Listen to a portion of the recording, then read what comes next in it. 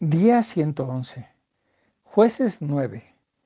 Abimelec, hijo de Gedeón, se fue a Siquem para hablar con sus parientes y les dijo: Convenzan a la gente de Siquem de que es mejor que los gobierne yo, que soy su pariente materno, y no los muchos hijos de Gedeón. Entonces sus parientes se fueron a hablar con los de Siquem. Estos decidieron apoyar a Abimelec, y le dieron mucho dinero, el cual sacaron del templo de Baal Berit para que matara a los otros hijos de Gedeón. Abimelec alquiló a unos bandoleros para que lo acompañaran, y fue al pueblo de su padre. Allí, sobre una misma piedra, mató a sus hermanos.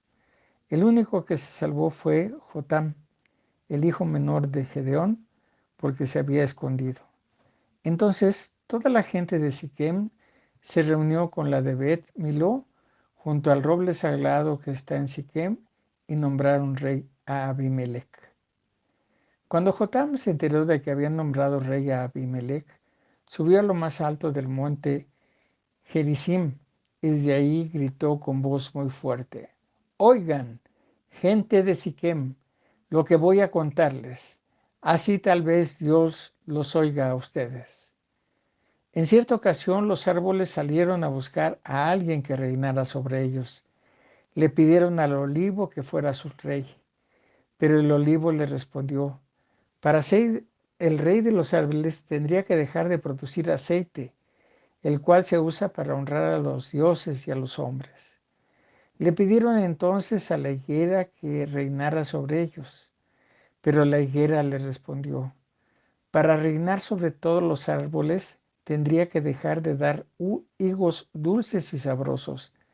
Y luego le pidieron a la planta de uvas que reinara sobre ellos. Pero ella le respondió: para reinar sobre los árboles tendría que dejar de producir vino, el cual alegra a los dioses y a los hombres. Entonces todos los árboles le pidieron al pequeño arbusto que fuera su rey. Pero el arbusto, que estaba lleno de espinas, les respondió: si de veras quieren que sea yo su rey, vengan a refugiarse bajo mi sombra. De lo contrario, aunque soy pequeño, de mí saldrá fuego y consumirá a todos los grandes cedros del Líbano. ¿Les parece que fueron ustedes honestos y sinceros cuando nombraron rey a Abimelec? ¿Han sido leales a Gedeón y han tratado bien a su familia como él los trató a ustedes? Mi padre peleó por ustedes y arriesgó su vida cuando lo rescató de los madianitas. En cambio, ustedes se han rebelado hoy contra la familia de mi padre al matar sobre una misma piedra a sus hijos. Además, han nombrado rey de Siquem a Abimelec, solo porque es pariente materno de ustedes. Si lo que hicieron hoy con Gedeón y su familia fue en verdad honesto y sincero, alégrense con Abimelec y que él también esté contento con ustedes. Pero si no es así, que salga de Abimelec un fuego que devore a la gente de Siquem y de Bet Miló, y que estas dos ciudades salga un fuego que los destruya a él. Cuando Jotam terminó de decir esto, huyó y se fue a vivir a un pueblo llamado Pozo, porque tenía miedo de su hermanastro Abimelec. Después de que Abimelec había reinado 3 años, Dios hizo que la gente de Siquem se rebelara contra Abimelec. Así Abimelec recibió su merecido por haber matado a sus hermanos, y también los de Siquem fueron castigados por haberlo ayudado. Algunos de Siquem se escondieron en las montañas, dedicándose a robar a todos los que pasaban por allí, y Abimelec se enteró de esto. En cierta ocasión, Gaal, hijo de Ebed, pasó por Siquem con sus hermanos y se ganó la confianza de los de esa ciudad, los cuales salieron al campo y recogieron uvas para hacer vino. Hicieron una gran fiesta donde, además de maldecir a Abimelec, comieron y bebieron en el templo de su Dios. Y Gaal dijo: ¿quién se cree Abimelec? ¿Por qué los de Siquem tenemos que ser sus esclavos? Se cree mucho por ser hijo de Gedeón, pero la verdad es que tanto Gedeón como Zebul fueron simples ayudantes de Amot, el verdadero jefe de Siquem. Así que nosotros serviremos a Amor, pero no a Abimelech. Si yo fuera jefe de ustedes, echaría de aquí a Abimelech y le diría que reúna a todos los soldados que pueda para pelear contra mí. Cuando Zebul, rey de la ciudad, oyó lo que decía Gaal, se enojó mucho. Entonces le envió este mensaje a Abimelech, que estaba en Arumá. Gaal y sus hermanos han llegado a Siquem y están alborotando a la gente y poniéndola en contra tuya. Ven con tus soldados esta noche y escóndete en el campo. Y ataca la ciudad al amanecer, y cuando Gaal y sus hombres salgan a pelear contra ti, haz con ellos lo que te parezca mejor. Así que Abimelech y todos los que estaban con él salieron esa noche, y divididos en 4 grupos, se escondieron alrededor de Siquem. Cuando Gaal salió al portón de la ciudad, Abimelech y sus hombres salieron de sus escondites. Gaal los vio y le dijo a Zebul: mira, por los cerros viene bajando gente. Zebul le dijo: no es gente, son las sombras de los cerros. Gaal volvió a decirle: mira bien, son hombres los que vienen bajando por el cerro central, y por el camino del roble que de los adivinos viene otro grupo. Entonces Zebul le dijo: ¿y ahora qué me dices? ¿No decías que Abimelech no era nadie para hacernos sus esclavos? Ahí están los hombres que despreciaste. Sal a combatirlos.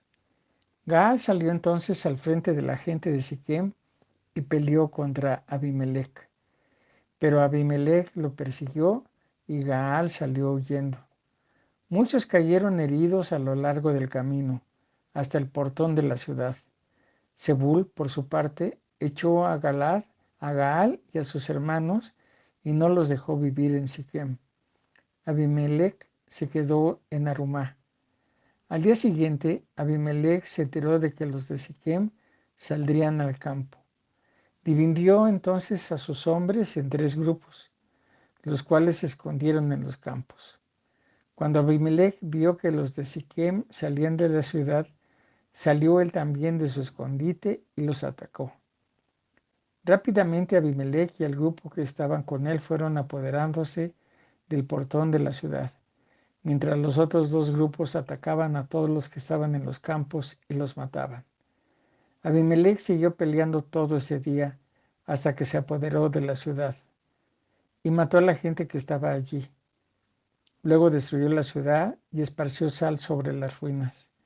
Cuando los que estaban en la torre de Siquem se enteraron de lo que había sucedido, se refugiaron en el templo de El Berit. Abimelech supo que los de la torre de Siquem se habían refugiado allí. Así que fue con toda su gente al monte Salmón. Con una hacha cortó unas ramas, se las colocó sobre el hombro y les dijo a sus hombres que hicieran lo mismo con rapidez. Todos cortaron ramas y fueron con Abimelech hasta el refugio del templo. Allí pusieron las ramas y les prendieron fuego. Así quemaron la torre y murieron todos los que estaban dentro de ella, que eran unas 1000 personas, entre hombres y mujeres. Después Abimelech se fue a Tebes, la rodeó y la capturó. Dentro de la ciudad había una torre muy bien protegida. Todos los hombres y las mujeres de la ciudad se refugiaron allí. Cerraron bien las puertas y se fueron al techo. Abimelech se acercó a la puerta de la torre para atacarla, pero cuando se preparaba para incendiarla, una mujer le arrojó una piedra de molino. La piedra le cayó en la cabeza y le rompió el cráneo. Rápidamente llamó Abimelech a su ayudante de armas y le dijo: saca tu espada y mátame.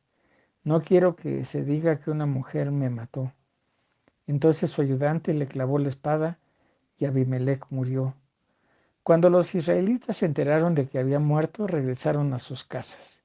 De esa manera Dios castigó a Abimelech por el crimen que había cometido contra su padre al matar a sus hermanos. También Dios hizo que los de Siquem pagaran por todos sus crímenes, tal como lo había dicho Jotam, cuando los maldijo.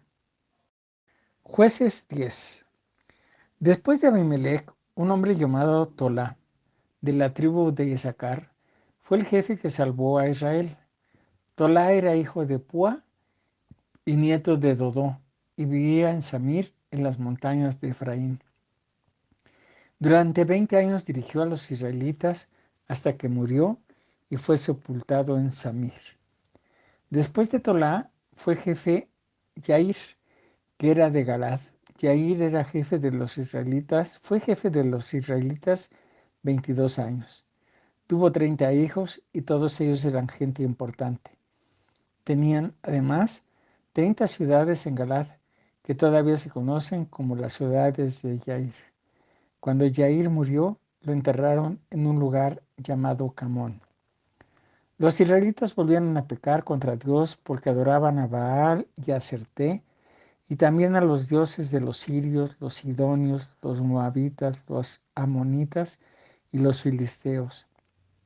Abandonaron a Dios y dejaron de adorarlo. Entonces Dios se enfureció contra los israelitas y dejó que los filisteos y los amonitas los dominaran. Durante 18 años los filisteos y los amonitas fueron crueles y maltrataron a todos los israelitas que vivían en Galad, al este del río Jordán, en la región de los amorreos. Los amonitas cruzaron el Jordán para atacar también a las tribus de Judá, Benjamín y Efraín, y los israelitas se vieron en graves problemas. Entonces los israelitas le pidieron ayuda a Dios y le dijeron: hemos pecado contra ti al abandonarte para adorar a dioses falsos. Dios les respondió: yo los libré de los egipcios, de los amorreos, de los amonitas y de los filisteos, ¿no es verdad? Cuando ustedes me suplicaron que los salvara, yo los libré de los sidonios, de los amalecitas y de los madianitas. A pesar de eso, ustedes volvieron a abandonarme para adorar a dioses falsos, así que ahora no los voy a salvar. Vayan a pedirle ayuda a los otros dioses, ya que ustedes los eligieron, que ellos los saquen del problema. Los israelitas volvieron a decirle a Dios: te conocemos que hemos pecado, así que haz con nosotros lo que mejor te parezca, pero por favor, sálvanos ya. Quitaron entonces los dioses falsos que tenían y volvieron a adorar a Dios, y él se puso triste al ver cómo sufría su pueblo. Los amonitas se prepararon para la guerra y acamparon en Galad. Los israelitas, por su parte, se reunieron y acamparon en Mizpa. Los líderes israelitas que vivían en Galad se pusieron de acuerdo y dijeron: el que se anima a dirigirnos a luchar contra los amonitas será el jefe de todos los que vivimos en Galad.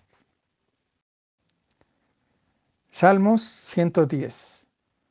Mi Dios le dijo a mi Señor el Rey: siéntate a la derecha de mi trono, hasta que yo derrote a tus enemigos. Que Dios te permita derrotar a tus enemigos y extienda desde Jerusalén el poder de tu reinado. Que tus soldados te juren lealtad sobre los cerros de Dios en el día de la batalla. Cuando salga el sol, se renovarán tus fuerzas. Dios ha hecho un juramento y lo cumplirá. Tú eres sacerdote para siempre, como lo fue Melquisedec. Mi Dios está a tu derecha y siempre te ayudará. Cuando manifieste su enojo, aplastará reyes y gobernantes, juzgará naciones y por toda la tierra amontonará cadáveres. Junto al camino, el rey apagará su sed con el agua de su arroyo y así recobrarás las fuerzas. Hechos 21. Cuando nos despedimos de los líderes de la iglesia de Éfeso, subimos al barco y fuimos directamente a la isla de Cos. Al día siguiente salimos de allí hacia la isla de Rodas y de allí hacia el puerto de Pátara. En Pátara encontramos un barco que iba hacia Fenicia y nos fuimos en él. En el viaje vimos la costa sur de la isla de Chipre. Seguimos hacia la región de Siria y llegamos al puerto de Tiro, pues los marineros tenían que descargar algo. Allí encontramos algunos seguidores del Señor Jesús y nos quedamos con ellos 7 días. Como el Espíritu Santo les había dicho que Pablo no debía ir a Jerusalén, ellos le rogaban que no siguieran su viaje. Pasados los 7 días, decidimos seguir nuestro viaje. Todos los hombres, las mujeres y los niños nos acompañaron hasta salir del poblado. Al llegar a la playa, nos arrodillamos y oramos. Cuando nos despedimos de todos y subimos al barco, y ellos regresaron a sus casas. Seguimos nuestro viaje desde Tiro hasta el puerto de Tolemaida. Allí saludamos a los miembros de la iglesia y ese día nos quedamos con ellos. Al día siguiente fuimos por tierra hasta la ciudad de Cesarea. Allí nos quedamos con Felipe, quien anunciaba las buenas noticias y era uno de los 7 ayudantes de los apóstoles. Felipe tenía 4 hijas solteras que eran profetisas. Habíamos pasado ya por muchos días en Cesarea cuando llegó un profeta llamado Ágabo, que venía de la región de Judea. Se acercó a nosotros y tomando el cinturón de Pablo, se ató las manos y los pies. Luego dijo: el Espíritu Santo dice que así atarán los judíos en Jerusalén al dueño de este cinturón para entregarlo a las autoridades de Roma.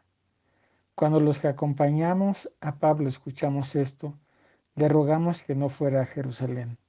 También los de la iglesia de Cesarea le rogaban lo mismo.